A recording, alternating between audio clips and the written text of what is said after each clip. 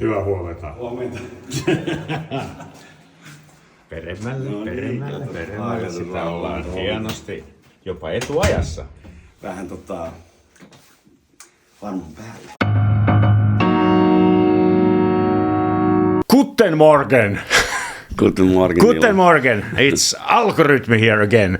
And welcome, little fluish Kalle Kalima. Welcome to Algorytmi. Thank you so much. It's a Sunday morning here in Helsinki. And how do they say your name in Germany? Because my name it's either Iru,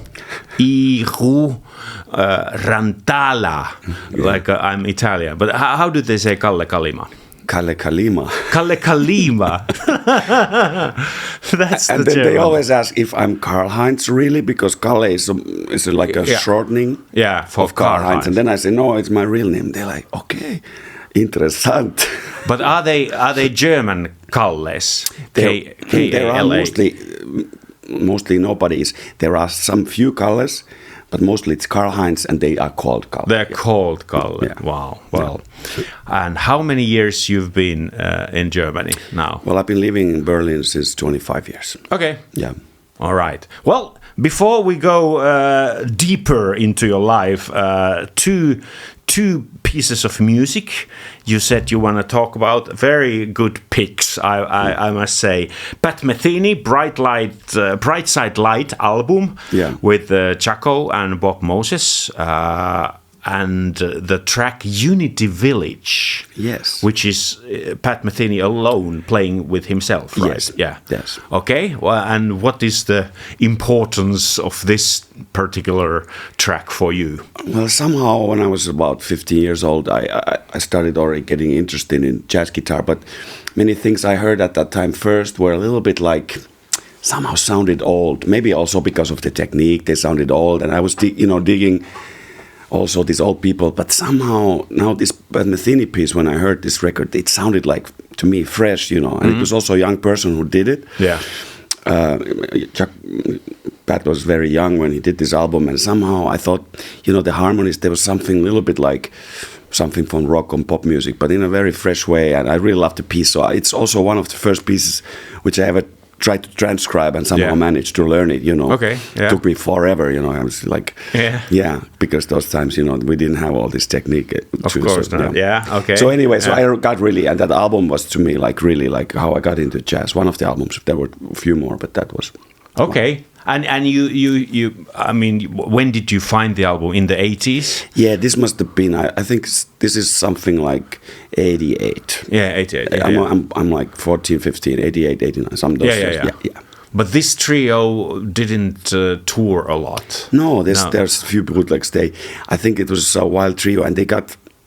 Chaco got very successful around this time with Weather Report. That's right. Very soon after, and he was working also with Johnny Mitchell. I think Chaco was like I think when this album was made, he was still a bit unknown, and maybe a year later he was like the hot stuff. Yeah. He was everywhere. Okay. Yeah.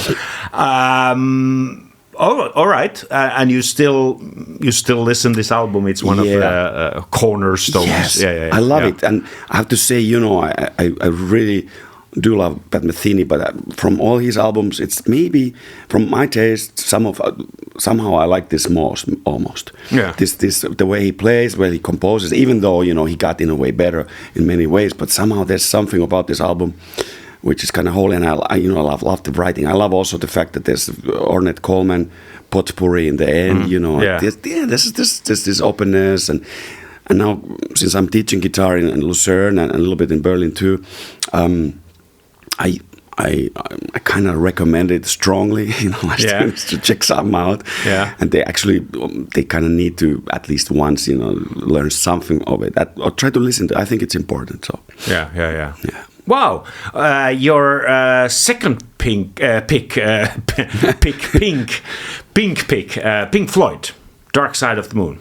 Wow. Yeah. Yeah, of course, it's kind of, super popular, super well known. But in a way, maybe for jazz musicians, not so obvious. Anyway, this is how I got in the music series. I mean, this was like the first LP I bought. Yeah. So that's also in the 80s. This must have been like 1985.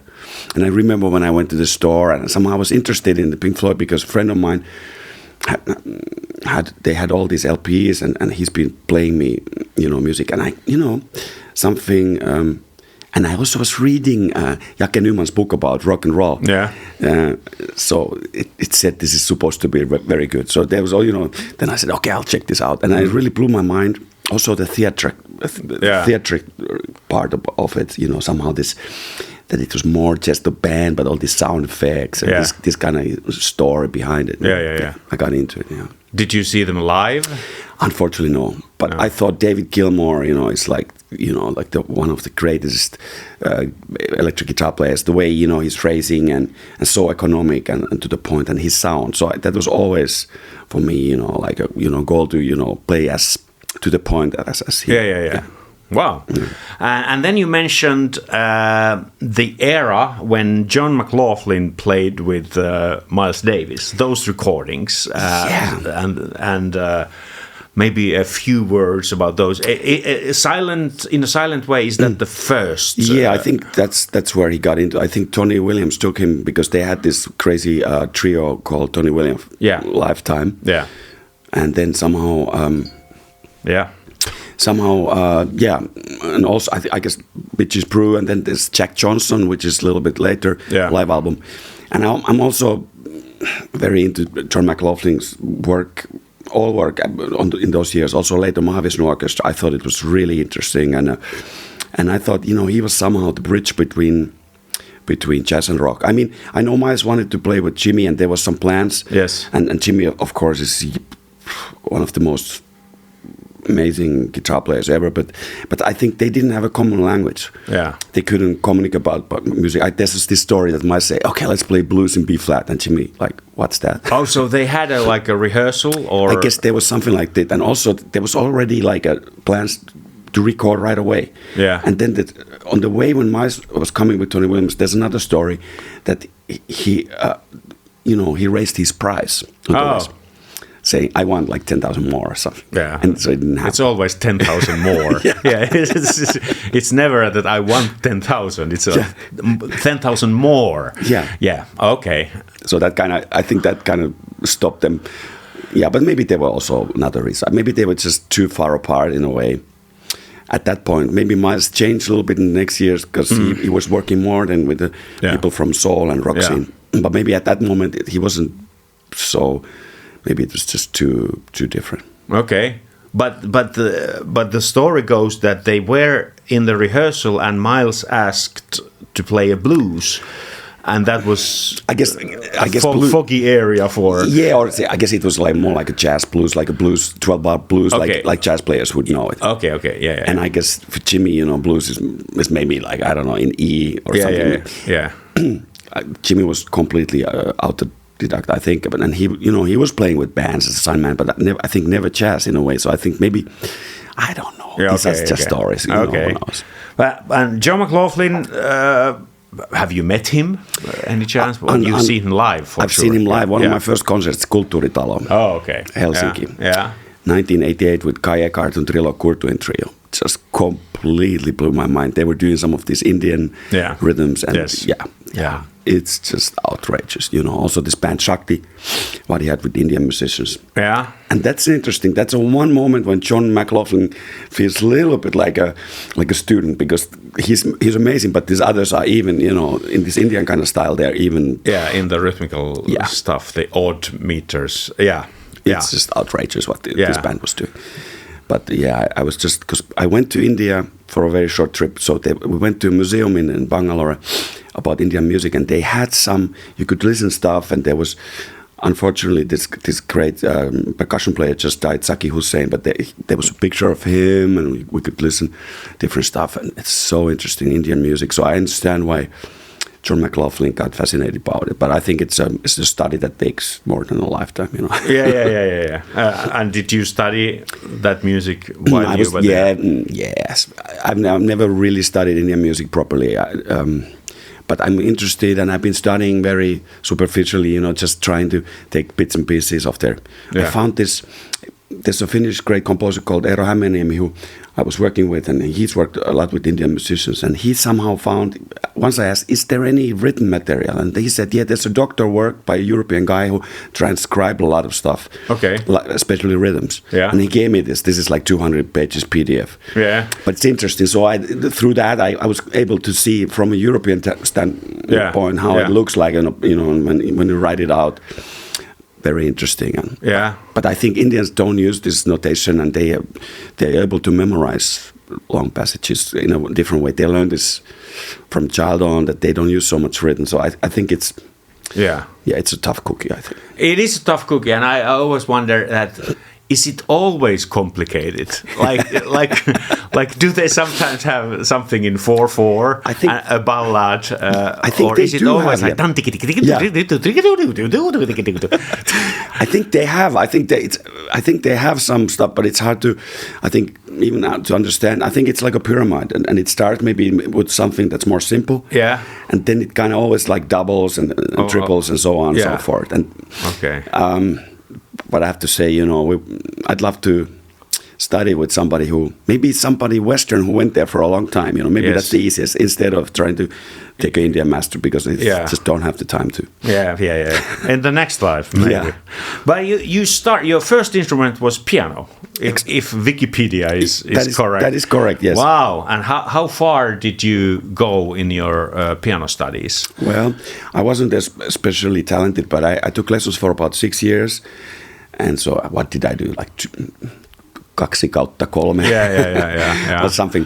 So, but I was enjoying it a lot. I went to a private teacher in Vantaa every week on Thursday, Sohvi Korhonen. This was an elderly lady, and she's been a concert pianist. And so, we were trying to learn Bartók and Bach and all this stuff. And I was enjoying it, but I understood that soon that I would need to work a lot more and I wasn't talented enough, I think, in a certain way. So about 6 years later, I wanted to change to guitar, to play in a band, like a rock and roll band. Yeah. Okay. But you played sonatas already? Yes, a little bit I studied that. Yeah. And it's been helping me really greatly. I can't really play piano properly, but I'm composing a lot, and I use piano, and it helps me, to understand music, and I'm all the time playing a little bit piano just to. Yeah. And my wife, she's much better piano player, although she's not a professional musician, but a very good amateur. And so we have all this Bach and Ravel notes always laying there, and I always, take a moment and, enjoy, listen, or just try to play it myself. And I'm very interested in every kind of music, and just trying to always study, if I have time. Good. Yeah. So you still play a little bit. I mean, you use it as a tool. Yeah, I could play like a very like a simple ballad, jazz ballad. I could somehow. Very good. Yeah, but it's not. But I can't properly really play piano. Yeah. All right. And then I was really taken by your years in a law school. I mean, you graduated. Yeah, that's a crazy story. Yeah, somehow it was like. I come from like a clan of lawyers, and when I was abiturient, Finland was that in a recession. There was a lot of unemployment. Yeah. And I've been all the time playing, and I was kind of serious about playing guitar. I was in a Sibelius Gymnasium, Sibelius Lukio, but somehow there was not such, not many jazz guitar players who was really making it. There were few guys like Raul and a few others that were really like working in this profession, but not many. And it didn't seem like a very easy-going way, to jump in on those years, 1992. So it was not your family who pushed you, or no? I guess I was myself. I guess pushing. I was thinking that I tried to, decide later. So I started law school, and then I went to a Finnish music corps, playing in 1 year in a varusmiessoittokunta in Finnish army, and everybody there was musician, and it was a great time, and many wanted to apply to the jazz school, Sibelius Academy. So I thought, okay, I'll try myself. Okay. And I got in. So now I was in the 2 schools. Oh, okay. So I did parallel 2 studies, and this was like, I got so burned out, and that's why I went first to Berlin to take a holiday for a year. And then I came back and somehow managed to finish my law studies. And then I went again, and I thought, okay, anyway, if Berlin doesn't work out, if I fail, miserably, I just go back to Finland, and I don't have to become a C musician working, some gigs I don't want to do. Then I'll just go and work properly in law. But I never came back, so it somehow worked. But maybe the law thing helped me to go for a full risk in a way, Yeah. Yeah, in a way, yeah. Then I didn't have to. Then I thought, I'd just go for craziness.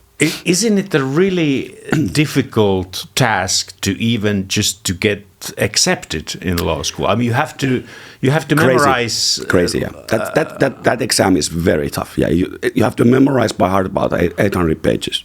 Yeah, it's insane. How many pages? 800. 800 pages. Yeah. By memory. Yeah. Wow. It's pretty insane. That's the toughest test you usually take in your life.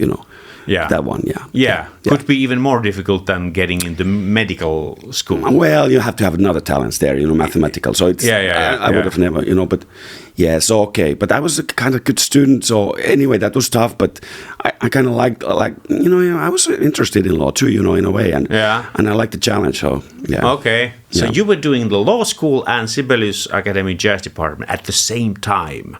Yeah. Wow, that is something. It's pretty insane, yeah. And you graduated from both? Yeah.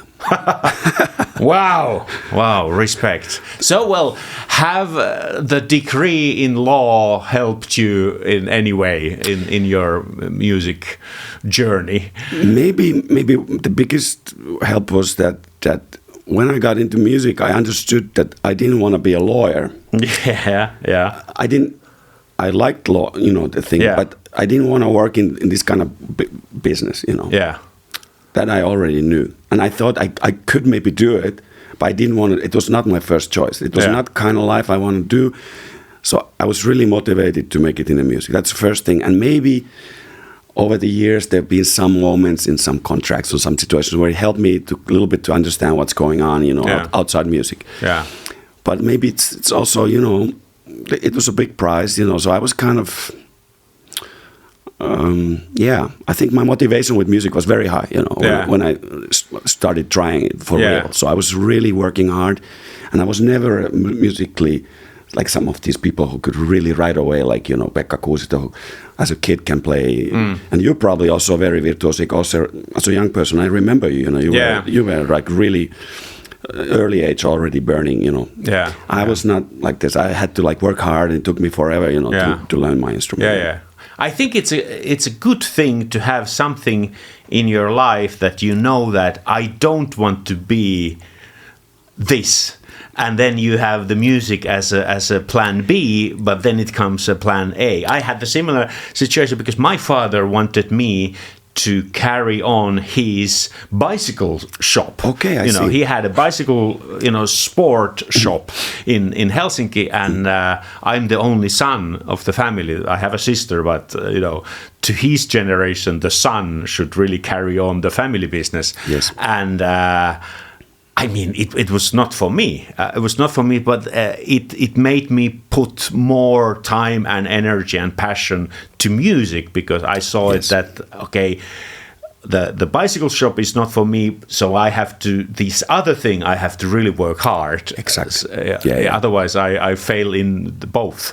I had a little bit similar situation with my father, because he had this company, and he was, sometimes thinking I could maybe, step in. Okay. So when I really went for music, he was like, "Man, you could have a good life. Why you want to go this great, take this crazy route?"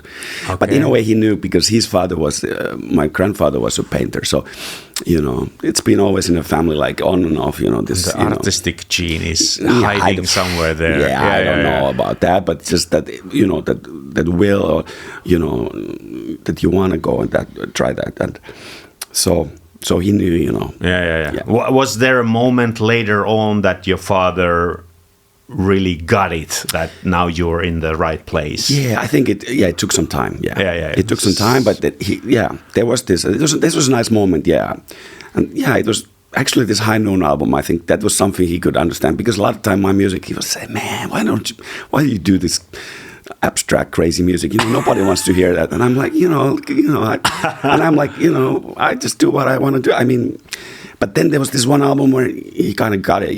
He said, "Yeah, man." That has some kind of feeling. Okay, so he was more a melodic guy. Yeah, he was for that. Yeah. Okay. Yeah. How was Raul Björkenheim as a teacher?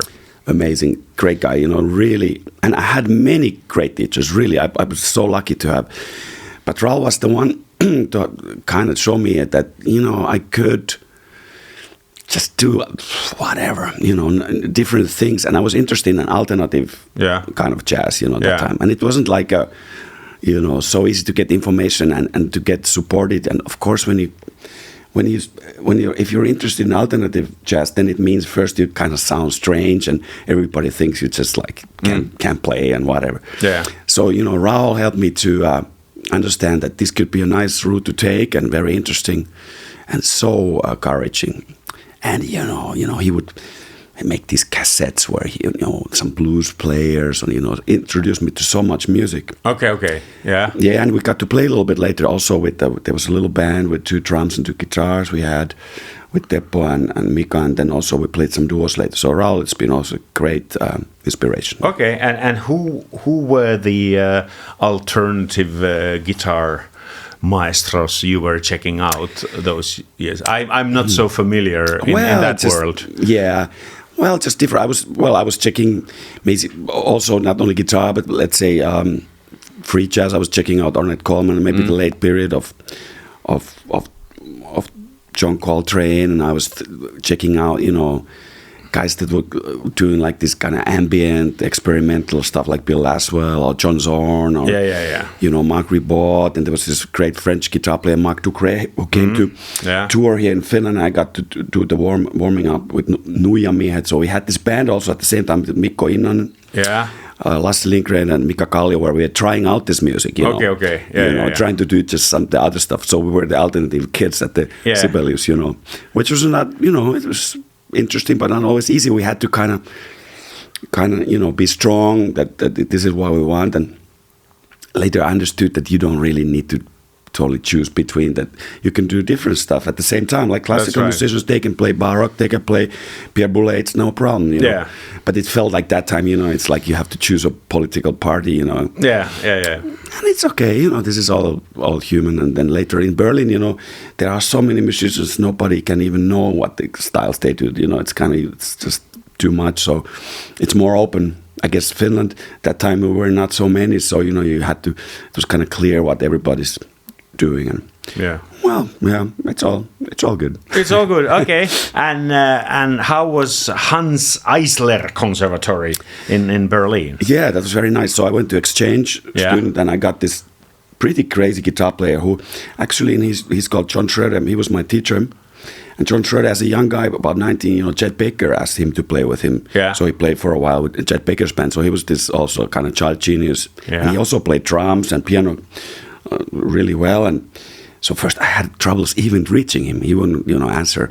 I would just he was your teacher? Yeah. He first, I would call his, his answering machine, but he wouldn't answer. Then I went to some of his gigs where that was a gig where he played drums, and I went, Mr. Schroeder, could we talk? I'm supposed to be a student. And he's like, oh, okay, all right. So then I went to his house, and then he was like, yeah, let's play. But then his amp had just one input, so somehow played with electric guitars without amp. It was very interesting. And then he said, let's go to my practice room next time. So we went, and he played drums. So we started playing like that. And then he got a saxophone player, Daniel Erdmann. Okay. So we started kind of band right away. Okay. Yeah. So he was teaching me just like playing drums and playing gigs and learning by doing. Yeah. Okay. That's great time. And he that was a way he introduced me a little bit to this kind of alternative scene in Berlin. So I got to know all these people. So it was very interesting. So it was an open-minded conservatory. Yes. You could continue your alternative path. Yes, but I was also at the same time trying to learn to play also properly. And we had Jigs Wigham was leading the course that time. He was a kind of American, kind of straight-ahead player, trombone player, and it was great, Yeah. And also in Sibelius, there were great teachers about straight ahead. So I was always interested in ball. I wanted to learn everything in a way, you know. Yeah. And then you just stayed in Berlin. Yeah. You started getting jobs. Yeah, slowly. So I studied there, you know. In the end, I also studied there, you know, but I could somehow combine with Sibelius. So I studied a few years there, and after that, and I started getting jobs and stayed and became a freelancer. Are you a bachelor or master's? Master, yeah. Master, okay, yeah. And so the master's degree you got in Berlin or in... Both, yeah. In both schools? Wow. I have three. You're a real degree guy. Yeah, I'm a schoolboy. Yeah. Well, no, yeah. It's good to finish what you started. Yeah, I'm that kind of person. Yeah. Very, you know, very actually Finnish. Yeah. In a way, I feel very Finnish. I almost also, you know, go very early to places. I don't like to be late. And I always, you know, if I say I'm going to do something, I always try to do this. And this is true. Kalle came 15 minutes early to this appointment, which is very rare in the music business. But isn't this typical? I think for our generation too, and Finnish people, you know, that this is the old school, right? I mean, it is. I'm never late, and I always, if I have to write something or I say that, you know, this piece will be ready next Tuesday, it always is. Yes, exactly. I mean, usually on Sunday. Yes, already. I know this. Yeah. We thought that you have to be like, you know, this is before the deadline. This is old Finnish school, and I kind of like it, you know. Although my kids think in Berlin, because they're born there and grown up there, they think I'm very old school. Well, in Switzerland we'll be happy because they're very punctual. They're punctual, and Germans too. Yeah, they used to be. It's a good place for our mentality. I think so to work too. in. Yeah. I really like. You know, I enjoyed. Yeah, Berlin's been great. Germany, it's wonderful. I think Finnish mentality fits there well, and you know, there are similarities. You know, it's maybe they're a little bit more open and social in a way. Maybe it's because it's more in you know, Germany is a more maybe. Yeah, it's a larger country, more maybe it's social interaction, but very similar culture. I've enjoyed it greatly. Yeah. 5 million comparing to 85 million. There's a big difference. Yeah. So the year you graduated from Sibelius, did you graduate the same year from Berlin? Yeah, it was more or less around 2003. Yeah, 2003. Yeah. And how did you learn German language? I had to actually, you know, to be studying in Hans Eisler. At some point I had to, and because I didn't learn it at the school, I had to learn it there. So I took courses. You know, I really went through a lot of trouble to learn German. I don't write it really properly, but you know, I learned it well enough. You had to take this certain Mittelstufe exams, you know. Okay, so the school put you in a German class. Yeah, in a way, yeah, true. Yeah, they did this, and it was good, you know, because to live in Germany, you have to learn German. How's your German? Yeah, no, nicht gut, nicht gut. Aber du verstehst. Yeah. I hate when they start to correct me. You know, I try to speak some words and then somebody's correcting, which actually is good for improving, but it's not going well. But I've never ever stayed there permanently. So I've always been going back and forth. So I mean, you know, when you have a gig, you have a busy day, you know, and you're traveling Deutsche Bahn, you know, all this. So, you know, the learning, you know, improving your language skills is not the first priority. It's try to survive that it's tour hard to. day. Yeah, hard enough. Yeah. But let's see. Well, I'm so glad you learned. So you started getting gigs there. Was it difficult? Well, slowly, you know, self-promo. Grassroots, you know, standing grassroots. But it helped me because I was studying there, so you know, through the connections, you know, the networking at the school. Yeah. So I was playing a little bit with the, you know, the other kids, and you know, I was actually playing kind of mainstream gigs those years. You know, playing to standards. You know, they were still jam session openers. You know. Yeah. I had this one trio with this American bass player Ed Schuller, son of Gunther Schuller, and you know, so we would play, you know, just like I don't know, amazing. what's Falling Craze or very early Bill Evans. Falling Craze is great too. Nobody plays that. That's Steve Swallow. It's wonderful too. It's wonderful too. Yeah, or very early from Bill Evans. We used to play. Yeah. Anyway, so I was playing that kind of gigs, the first years, and then I started my trio with the guys. I did my diploma with Kalle Kalima, so that's with Oliver Stade on drums and Oliver Potrats on bass, and we actually were touring quite a bit. Very lo-fi. Tours and everything in the car, even drums and bass, and and kind of starting from nothing, and building up. Just like Pat Metheny. There's a interview of him. He really did the van gigs for many years. Yes, with the group. Yeah, incredible. That guy. Nobody toured more than him. Yes, and slowly, really, but being interested in different projects, and there were also from the beginning, slowly there were also sometimes very interesting theater projects, or some collaborations with new classical music, electronic music. That was nice in Berlin. So somehow, yes, it was jazz scene, but there was simultaneously it was a little bit more open, and that helped me to try to be and stay flexible. Yeah. So, and you always, when somebody asked you, you always said yes. Yes. Yeah. That's one trick. Yeah. You don't think that, is this really my core thing? That's what I did when I was young. I just said, can you? Somebody asked me, can you write songs? I've never written a song. I said, yeah, of course, yeah. That's great. I just say yeah. But this is how you end up doing, and this is the way to learn. Of course, I I remember when I did my first thing for Umo, and I was looking for somebody proper, arranger, to arrange my music. Yeah.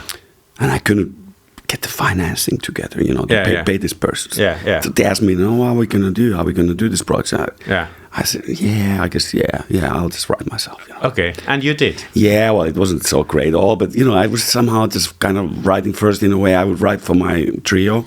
Yeah. And just, or kind of chamber music, and then the simultaneous trying to learn about how to properly write for big band. Yeah. I guess I never did, but then but learning by doing, then I would hear that, That's then I was like, some of it might have worked. Maybe there were some moments that were like kind of shit. Well, anyway, next time, when the next time came, and there were always, some next times, then you would not do the same mistake again, and maybe, and slowly, Yeah, and now you also operate in the classical world with the opera. Well, things. Well, you too. I guess it's similar. Similar disease. I guess it happened exactly the same way. First, I never, then the first work for classical work came when Eero Hämeeniniemi asked me if I would be interested in doing a guitar concerto. He would compose it for me, and Jousia, Finnish string orchestra. I said, I'd love to do it. Then we did it, and it was great fun. And Eero wrote it in a way that I could improvise also.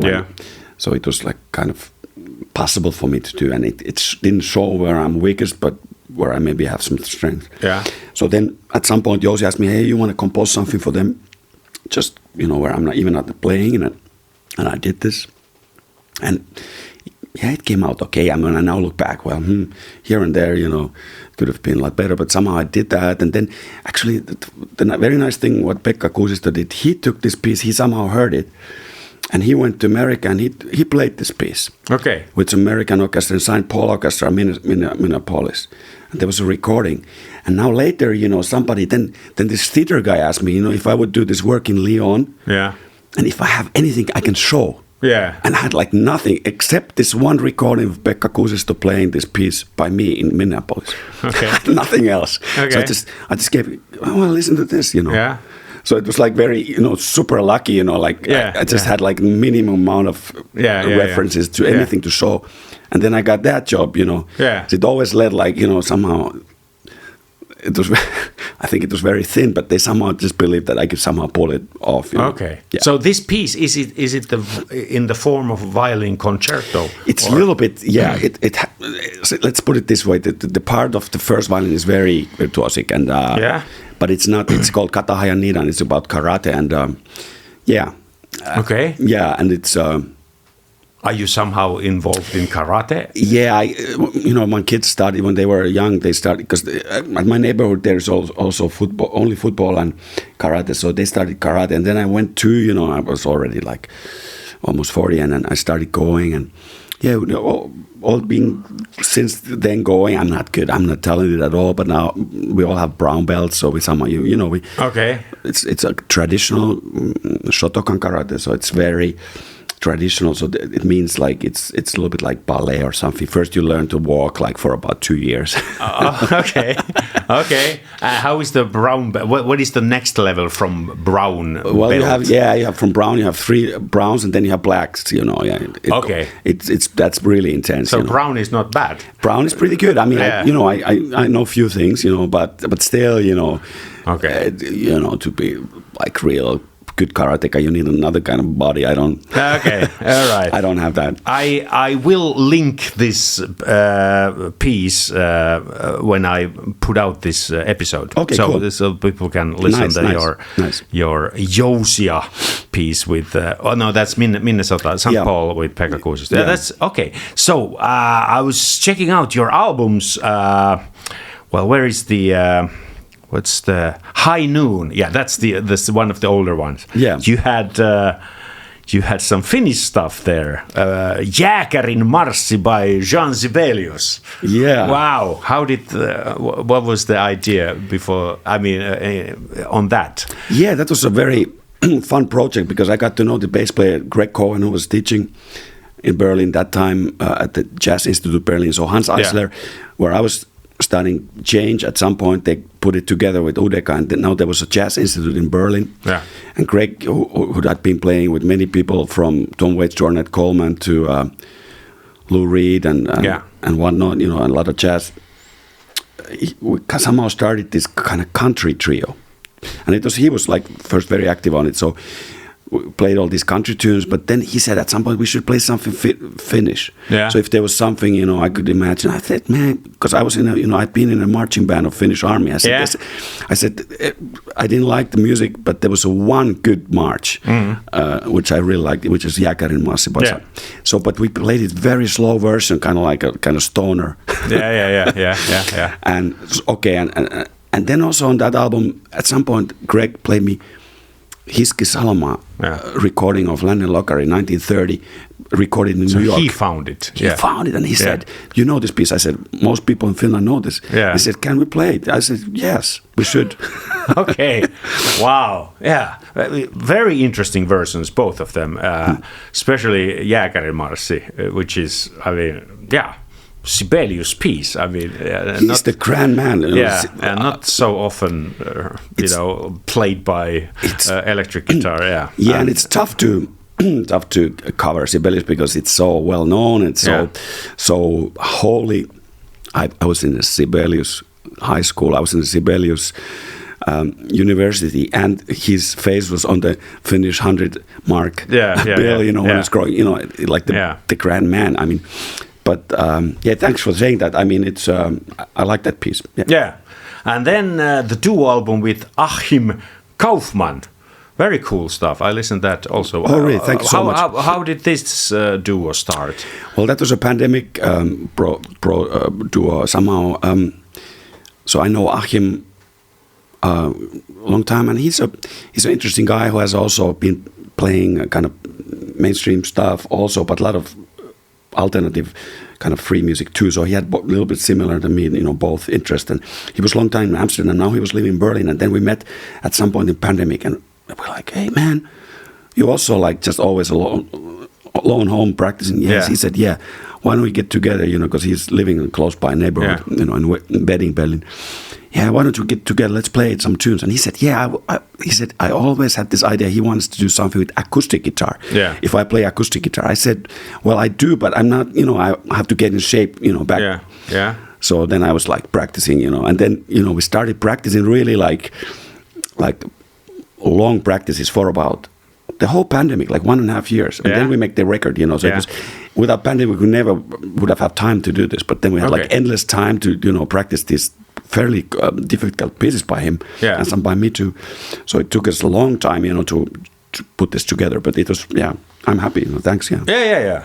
Well, some of the advantages of the pandemic situation is that there's more time. There was more time. Did you also do some pandemic Yes, albums? in this room, we started, when the pandemic started, me and Lotta, my wife, we did a Facebook and Instagram live every evening, 7 o'clock, because in Finland, as you know, all the concerts start at 7. Yeah. So we, as performers, we are kind of locked in that mood to be on stage every evening, 7 o'clock. So we started doing the lives. Lotta was doing texts, different texts, and I put music that kind of was in the similar mood than the text. And this became a production, which we never would have thought of. That's great. Yeah. And now we are touring in Finland.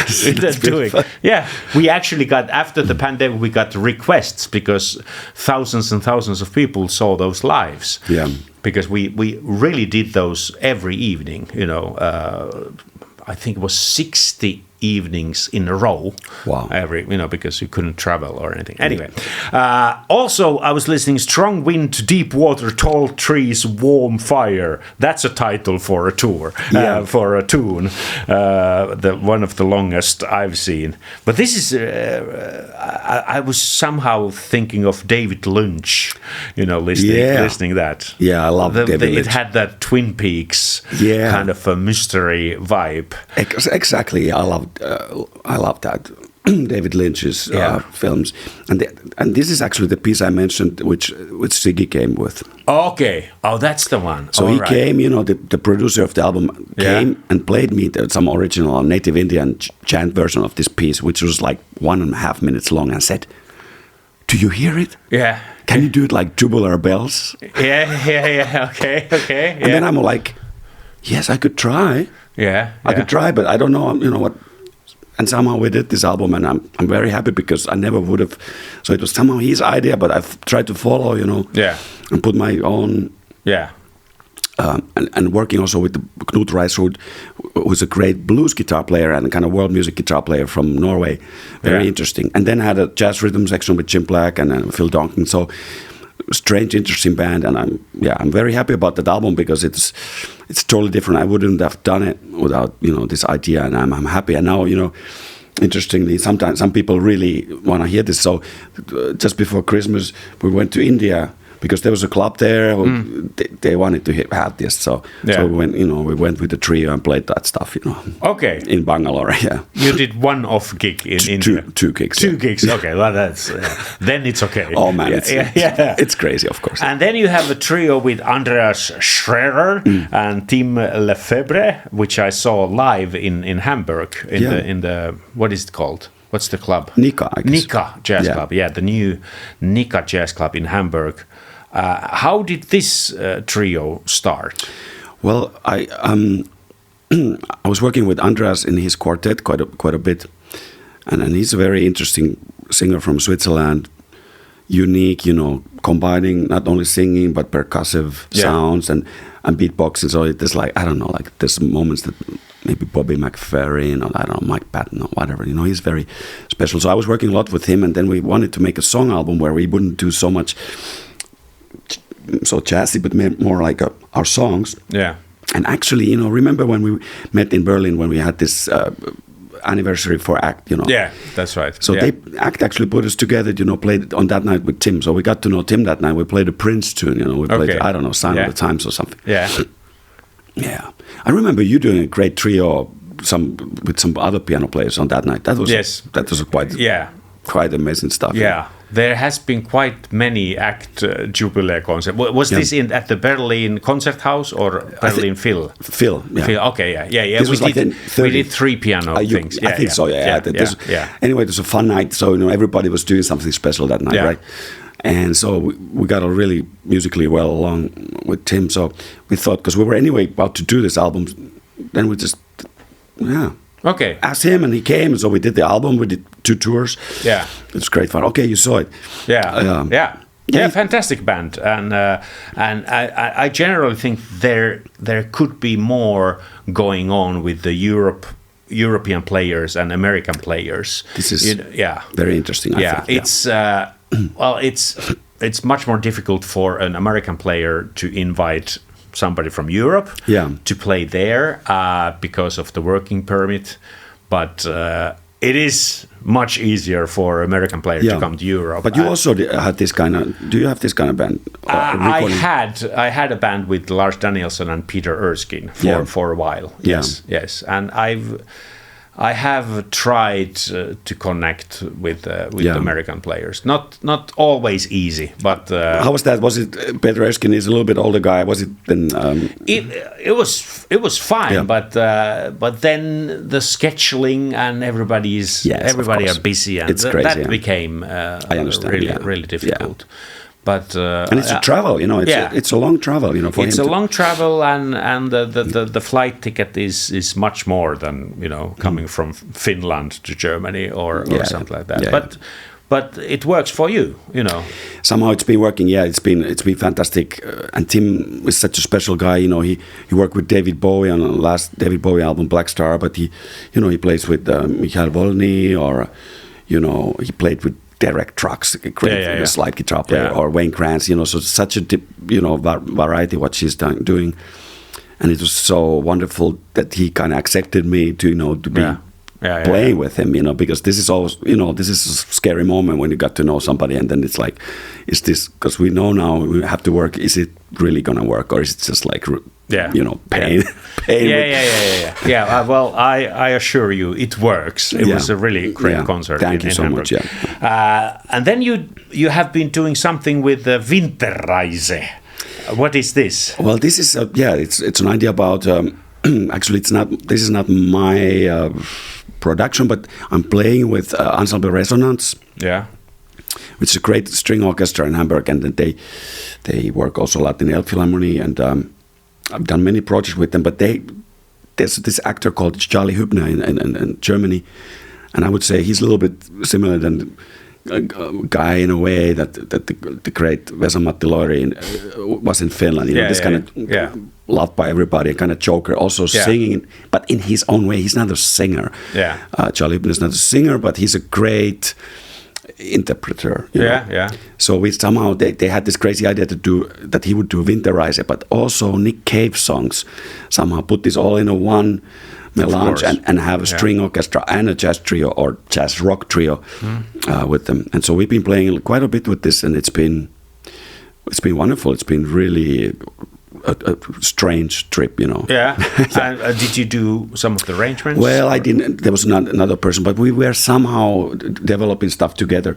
And there's one great moment. There's also one instrumental piece in the middle. We play Adagietto by Mahler, this piece, and there's a harp part, which is somebody has to play it, so I have to play it as an electric guitar player, the harp part.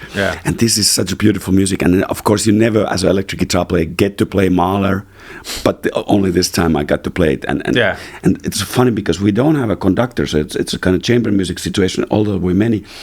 It took forever for this orchestra trying to teach me how to phrase Mahler, what is the rhythm, because it's changing all the time, and that was so interesting because every chord has a different length, Okay, so you're doubling the melody with some other instruments. Actually, I'm not doubling. The harp part is totally it's a single independent part, but it kind of gives the pulse to it. So I'm it's an important part because they all play long notes. Okay. And harp does these arpeggios, and it took me forever trying to understand how that's supposed to work. I could imagine.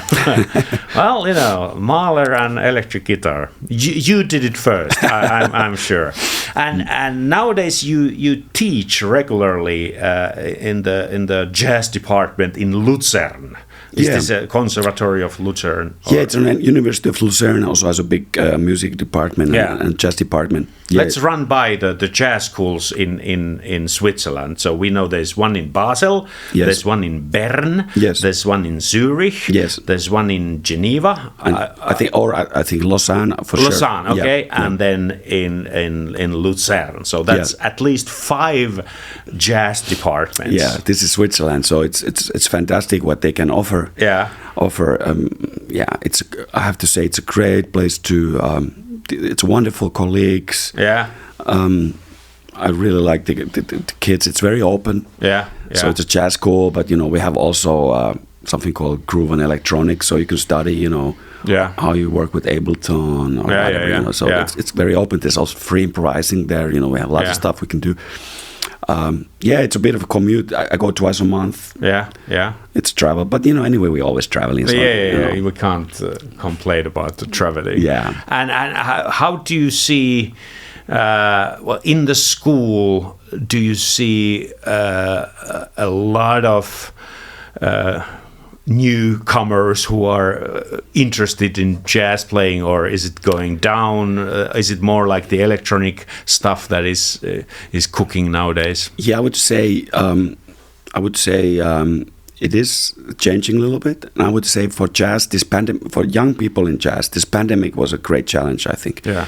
Because for this, in their, age group, it was a long time, 3 years somehow when things got affected, partly everything closed. Yeah. So I see that, unfortunately, that there are less people now interested in the professional jazz. Yeah. And I would say another thing is electronic music is coming strongly. So, practicing old school instruments is getting a little bit less, but other things are coming. Yeah. I'm very interested in these other things. So I would say, you lose some, you get some. What are the other things? Can you? I would say. Is it the combination of electronic? Yeah, I would say it is the computer. It is the AI. Also, but I would say till now, surely AI helps maybe when people write. When they write text, they can of course check it, or they can just let it AI write. But I would say more it's like using Ableton Live or these kind of programs, where you combine electronic elements. Yeah. It's not always my taste, but I try to learn and be open. And understand that things move on, and not to be too stuck in my own 80s, 90s, things, and it's wonderful to to see how. I have this one kid. He's from Mexico, and he plays death metal guitar really virtuosic. Yeah. There are all these things happening. He plays also jazz, but his love is to be like the baddest death metal, like a little bit like Amy Malmsteen, but more, more. And he's maybe, your student. Yeah. So there, so he has this interest, Okay. And I'm not. I think it's great that he does it, and he also does jazz. But I think these are the modern times, Yeah. Are these expensive schools? Do you know? Well, it is not so expensive for the Swiss students to go. Yeah. If you come from abroad, you have to pay about 1,300 not a month, a semester. So it's not super expensive. Yeah. I would say, everybody who's interested in jazz from abroad, please come and check it out. Yeah. It's a great place to live and study. And Lucerne, it's beautiful. It's a very interesting teachers there, 1,300. You say 1,300 per semester. Yeah. So something like that. It's not so much if you compare it with US and A. Yeah. That's right. Yeah. So maybe it's a little bit more expensive than if you would study in Sibelius. Yeah. So something in between. So So this is I think it's wonderful to study arts and music, even if not everybody becomes now maybe the jazz player. Then some will maybe later teach. Some go into maybe music production or cultural production. But still, I think it's for the society. It's very good that people are seriously engaged in this kind of activity. I think the ones who have educated themselves in jazz, they work in various places in the music business. Exactly. Some go to film scoring. Some are running festivals. Quite many are operating also in the classical world nowadays. The ex-jazz students. I think so. So I think it gives the most wide perspective in think music so too. because I think so. It's because wonderful. you can operate in different rhythms, different harmonies, different things. So in that sense, it's a really good education for. I think so too. The only problem, I guess, it's the same thing, that it's so wide. Sometimes it's difficult to find enough time to get deep enough in some special, to be great in one thing. And that was also for me always, because I've been doing so many things. I've always that was the challenge, to not become like superficial or just bad quality because of just doing all these things. But I had certain strategies trying to avoid that. But still, I think that's a critique, definitely point and say, hey, well, if you do all these things, you lose also some, and that is partly the problem. But I guess the scene doesn't just work the way that you could have just a one or two jazz bands and you only work with them. Most people have to do many things anyway. That's right. Yeah, Miles did many things during his lifetime. So, and what is happening in your tour life? We are now in the beginning of February 25. What is going on right now? There's a wonderful tour with the great Finnish bass player Antti Lötjönen going on. Yeah, we just put out a duo recording, This tour is organized by Vapaat Äänet, Charles Schill, put together 14 gigs in Finland. So this is quite something. We were yesterday playing Hämeenlinna, and many people came. So I'm very optimistic, and we're gonna go. Today's a small like a house concert in Rajamäki, but then we play in Kotka. Tomorrow, then we play in Turku. But if this is coming on Saturday, then I'm talking about what's going to happen in about 1 week. There are places like Kajaani, Joensuu, Kuopio, Mikkeli, and Savonlinna. So please come out and check us out. And there's a new album also. Yes. Yeah. But is that on ACT? No, that's not on ACT. Many times I propose my things to ACT. Yeah. But not all are, maybe fitting to their roster. So So then this is Eclipse music. Okay. Yeah. All right. So it's a small Finnish label. Yeah. And what else this year? Well, on ACT there's an interesting quartet album, Andreas Scherer's quartet with Luciano Biondini from Italy on accordion, very interesting player, and Lucas Nigli on drums. This is a band we played in the last 10 years, maybe my most concerts. We worked over 100 concerts, and in Europe mostly, but also in other continents. And there's a new. We managed to do an album, which is very difficult because we all live in different places. Yeah. And we have all, everybody's composing, and it takes us a long time to put it together. So it was almost impossible. We kind of almost failed putting this stuff together, and then we somehow in the end managed to make a new program and record it. I'm really happy we managed, because this is also the pandemic made our lives really difficult. The band was really struggling, so everything that was working internationally got hit harder, I think, than the local bands. Yeah. Well, and that is happening later on, April. Yes, exactly. The record comes out end of the last day of February, and then we'll be playing in Switzerland and Germany and in Austria in March, April, and May. All right, and you will continue living in Berlin. Yes, that's your home. That's my home. Me and my family, we live in Berlin. It's a great place. Of course, and I get, you also all the time visiting. It's so interesting, and you have this offside culture, these strange clubs, don't even have any name on their door. And then you have Berlin Phil, have everything between, from a high stuff to completely crazy avant-garde. You have this scene where people, some kind of improvised music, but it's not jazz. I would say it's somehow alternative improvised music. Very interesting, totally out there. And you have all this parallelly, living in the same city. Yeah. Mad. And you go and check out these places? Yes, I do. I try to check out everything. I'm interested in all. I check jazz. I check this crazy improvised music. Sometimes I go to Berlin Phil because there's some few great Finnish bass players there, so I can get free tickets sometimes. Yeah, that's right. There's two. Yeah. Janne Saksala and Eskolainen. So it's there's it's very interesting town for culture. It is. It really is. Yeah. All right, we have the three closing questions. Usually, I give these questions, beforehand, but now you just have to survive these. But maybe it's the same questions always in Algorytmi.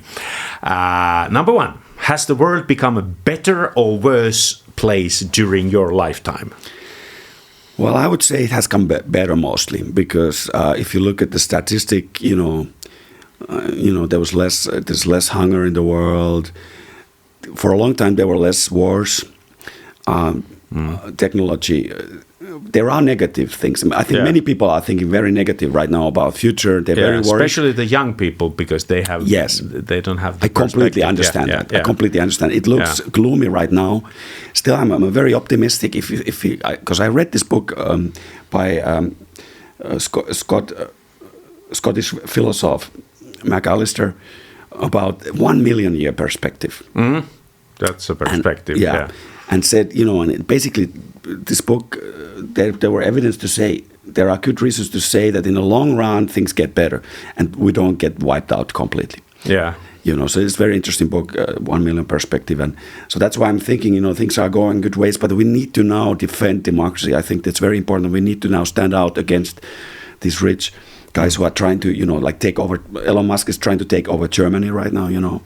It's very dangerous business. And in Germany, where I live, there used to be complete taboo to work with the extreme right party called AfD. Now this taboo has been broken last week by the Kokoomus, by their CDU party. This is a very sad moment because it means this guy, who is now running for chancellor and probably becomes chancellor. He's a desperate guy, looks like that. This guy Friedrich Merz. So I'm despise him truly for this. So we need to, to stay strong against this kind of wins, but optimistic in the long run. Yeah. Okay. All right. What really pisses you off? What makes you really angry? Yeah, that is what I just said. When people who have no reason, who are basically normal people, have no reason, they turn to these right-wing ideas, become racistic, close the borders, start working together with Nazis. I hate this. Yeah. Yeah. All right. What happens after you die to you? Well, I'm gonna not exist anymore. But the atoms of my body, they will exist since the Big Bang. They will exist as long as we have the universe, and they will form new things, and maybe classes or guitars. And maybe these new things, bring joy to somebody in the future. Wow, that's very nice. A beautiful picture, actually. Yes. You will be living in guitars and classes and as an atom. That's, I can sign to that easily. Well, thank you. It's a Sunday morning and it's before noon, and we have already recorded this episode. And now you go to work. Yes, it's time. It's time to go to work. Well, thank you. Thank you for having me. It was great fun. Thanks. Thanks.